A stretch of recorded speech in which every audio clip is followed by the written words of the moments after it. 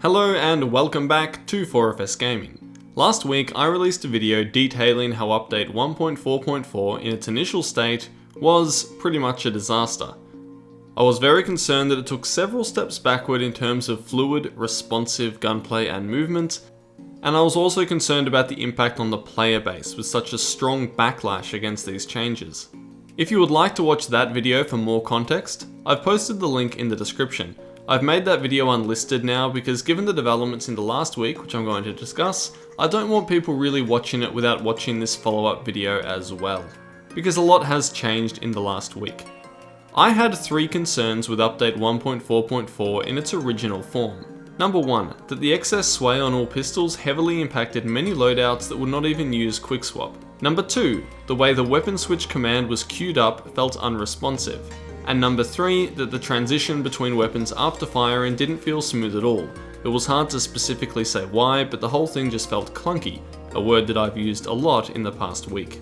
The good news is that a week later, after 2 patches on the test server, all 3 of these issues have been addressed, and in my opinion, this part of the update is now in a fine state. The first thing to note is the added pistol sway after aiming down sights has been removed, unless you're trying to aim immediately after switching weapons. This means that all of those loadouts that don't use quick swapping, such as Romero and Pax, are still going to be viable, but if you choose to continue to quick swap and take follow-up shots with your secondary, it is then that you'll have to contend with the vastly increased sway for a couple of seconds.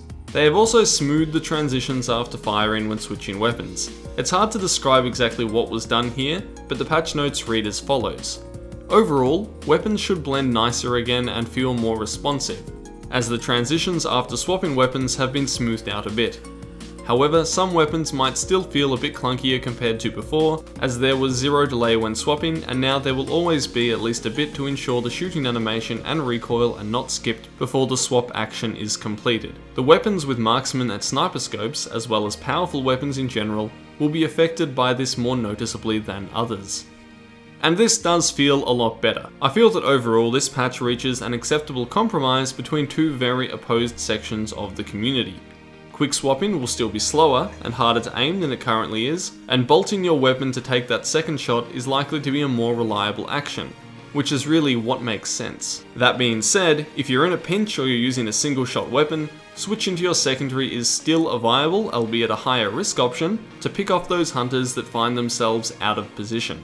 Of course, there will still be people that disagree on either side. Some will say that the devs should not have rolled back the original changes at all and that quick swapping should not exist entirely, and others on the other side will still find this more clunky and unresponsive than what they're used to, and they won't like that they can't fire 2 long ammo shots almost immediately with perfect accuracy. But I suppose that's the beauty of a compromise. The one thing that's still a bit frustrating to me is the way that the ADS lock-in impacts scoped weapons or players that use lower sensitivities. However, I understand the logic that it's just another disadvantage of using a scope, and one that I'll have to get used to. My personal opinion is that even though it was a lot of fun, quick swapping was a bit overtuned and needed to be corrected somewhat. I think that it should be a stronger option to shoot a second shot from your Mosin than switching to your uppercut, and this has been achieved by the current iteration of the update on test server. I also feel that quick swapping is an important mechanic for making single shot weapons like the Sparks and Springfield viable, and also for giving more options when pushing compounds and promoting aggressive gameplay. Again, I feel that the current iteration of the update provides the benefits of quickswap without making it feel cheesy and exploitative. Especially on the receiving end, you won't get any more of these situations, where your opponent can get 2 long ammo shots off before you can fire a Winfield again. So credit where credit is due, the devs have worked very hard to listen to all the feedback on this issue, and they've implemented some much needed changes. I know that there are still some that are going to be unhappy, but when you're changing an aspect of a game that many players have woven into their playstyles for well over a year, well, that's bound to happen. A quick update on some other news now. Crytek is releasing a new DLC bundle with skins for the Dusters, Heavy Knife, Knuckle Knife, and Combat Axe, and they've also released information about major content drops in the future, indicating that both a new boss and a custom ammo update is arriving in Q4 of this year, and the 3rd map is planned to arrive at the start of Q2 in 2021, so I'm expecting that to be around April.